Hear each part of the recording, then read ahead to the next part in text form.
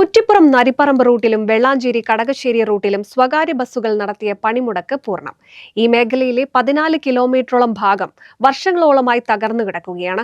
ഇതിൽ പ്രതിഷേധിച്ചാണ് bus service നിർത്തിവെച്ച് bus ജീവനക്കാരും ഉടമകളും പണിമുടക്കിയത്.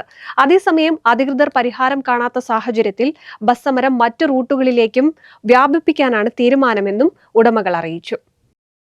2 വർഷത്തോളമായി കുറ്റിപ്പുറം നരിപ്പറമ്പ് റോഡും വെള്ളാഞ്ചേരി കടകശ്ശേരി റോഡും തകർന്നു കിടക്കുകയാണ്. വലിയ ഗർത്തങ്ങളാണ് റോഡിൽ പല ഭാഗത്തും രൂപപ്പെട്ടിരിക്കുന്നത്.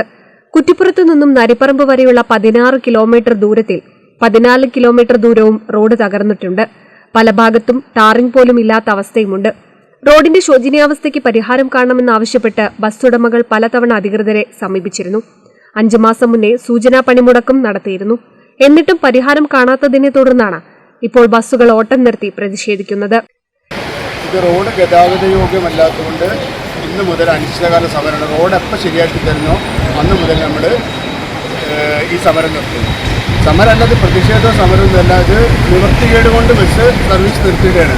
പിന്നെ ഒരു ദിവസം ഓടിക്കഴിഞ്ഞാൽ പിറ്റേ ദിവസം അതിൻ്റെ 10 ഇരട്ടി വർക്ക്ഷോപ്പിൽ കൊടുക്കേണ്ട ഗതികേടാണ്. ഇങ്ങനത്തെ നഷ്ട സഹിച്ച് സർവീസ് നടത്താൻ കഴിയാത്തതുകൊണ്ട് ബസ് ഉടമകളെല്ലാം ബസ് സർവീസ് നിർത്തിവെക്കുകയാണ്.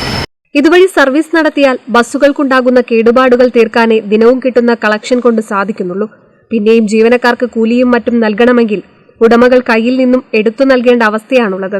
അധികൃതർ താൽക്കാലികമായെങ്കിലും റോഡിലെ കുഴികൾ അടച്ച് റോഡ് അറ്റകുറ്റപ്പണി നടത്താൻ തയ്യാറായില്ലെങ്കിൽ സമരം കൂടുതൽ ശക്തമാക്കാനാണ് തീരുമാനം.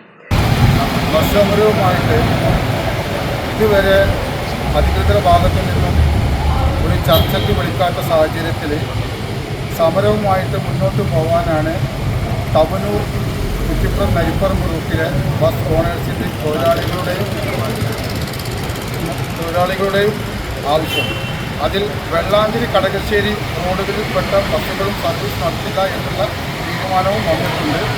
തുടർന്ന് ഞങ്ങൾ അയങ്കലം പാറപ്പുറം ഏരിയയിൽ പോകുന്ന ബസ്സുകളും അതുമായി അവരുടെ ഓണേഴ്സുമായിട്ടും ചർച്ച ചെയ്തതിൻ്റെ അടിസ്ഥാനത്തിൽ അവർ നമ്മളോട് സഹകരിക്കും എന്നുള്ള ഒരു പ്രതീക്ഷയും ഞങ്ങൾക്കുണ്ട്. നാളെ പരിപൂർണമായിട്ടുള്ള സമരവുമായിട്ട് മുന്നോട്ട് പോകാനാണ് ഇതുവരെയുള്ള തീരുമാനം. അധികൃത ഭാഗത്തു നിന്നും ചർച്ചയ്ക്ക് വിളിക്കാത്ത സാഹചര്യത്തിലാണ് ഇങ്ങനൊരു സമരവുമായിട്ട് ഞങ്ങൾ മുന്നോട്ട് പോകുന്നത്. സ്കൂളുകളും കോളേജുകളും നിരവധി സർക്കാർ സ്ഥാപനങ്ങളുമുള്ള ഈ മേഖലയിൽ ബസ്സുകൾ പണിമുടക്കുന്നതിലൂടെ പൊതുജനങ്ങൾ ഏറെ ബുദ്ധിമുട്ടുമെന്ന് അറിയാമെങ്കിലും മറ്റ് മാർഗങ്ങളില്ലാതെയാണ് പണിമുടക്കേണ്ടി വരുന്നതെന്ന് ബസ്സുടമകൾ പറഞ്ഞു. NCV news Edappal.